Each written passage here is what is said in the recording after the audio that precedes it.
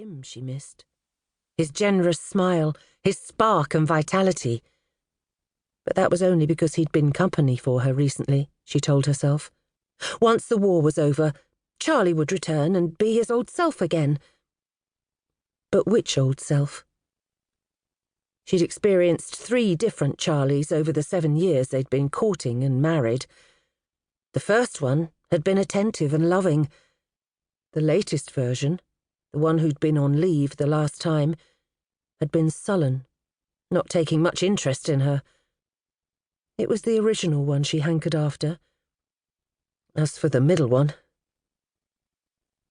The sudden clunk of the letterbox almost made her drop the photograph. "What's that now?" she whispered.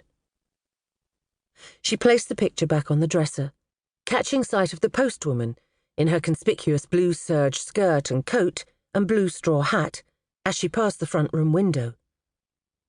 Violet hurried out to the hall via the kitchen. On the rag rug was a single letter. Perhaps it was from her mam.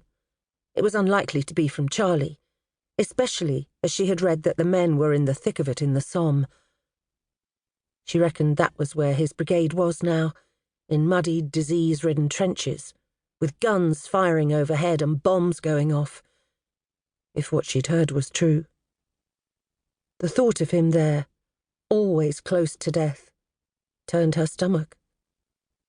She dipped down to pick up the missive. The handwriting was neat and precise, but she did not recognize it. She glanced up the stairs, afraid the noisy letterbox might have awoken Clarice and Benjamin. But no, there was no sound from there. She'd miss her daughter's lively chatter during the weekdays when she started school in September. Benjy was beginning to string enough words to make sentences, but only to ask for something or make an observation. This letter wasn't going to open itself. She ran her finger along the back, then slowly drew out the contents. A dread seized her gut, quickening her breathing. Slowly, she unfolded the paper.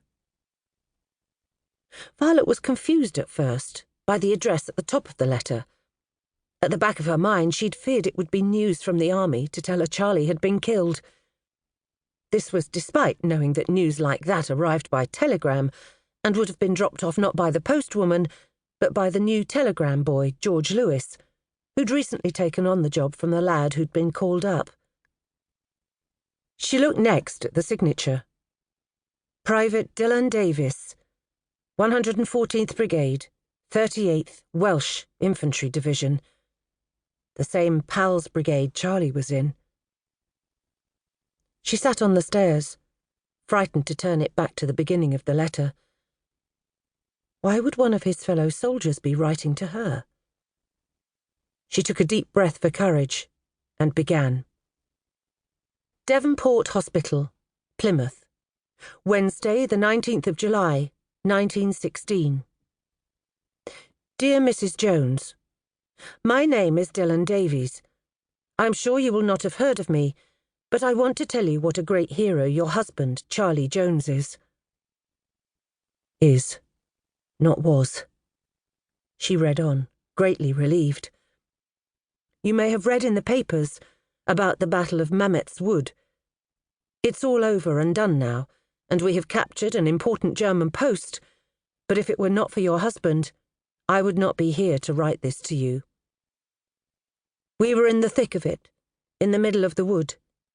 Germans firing all around us, trees shot to pieces by our own shells because they were falling short of their marks. The trees still standing were on fire.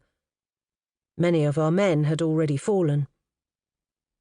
I was hit in the leg by a bullet. I tried to pull myself through the mud, but my leg was burning and I could not bear the pain. More shells fell nearby, and I knew my time would soon come. It was then that your husband, Charlie, ran back to help me. I told him to run to safety, but he would not hear of it.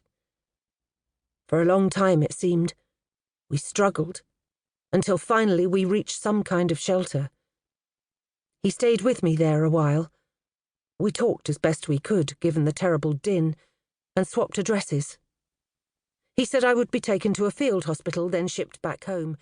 He asked me to write...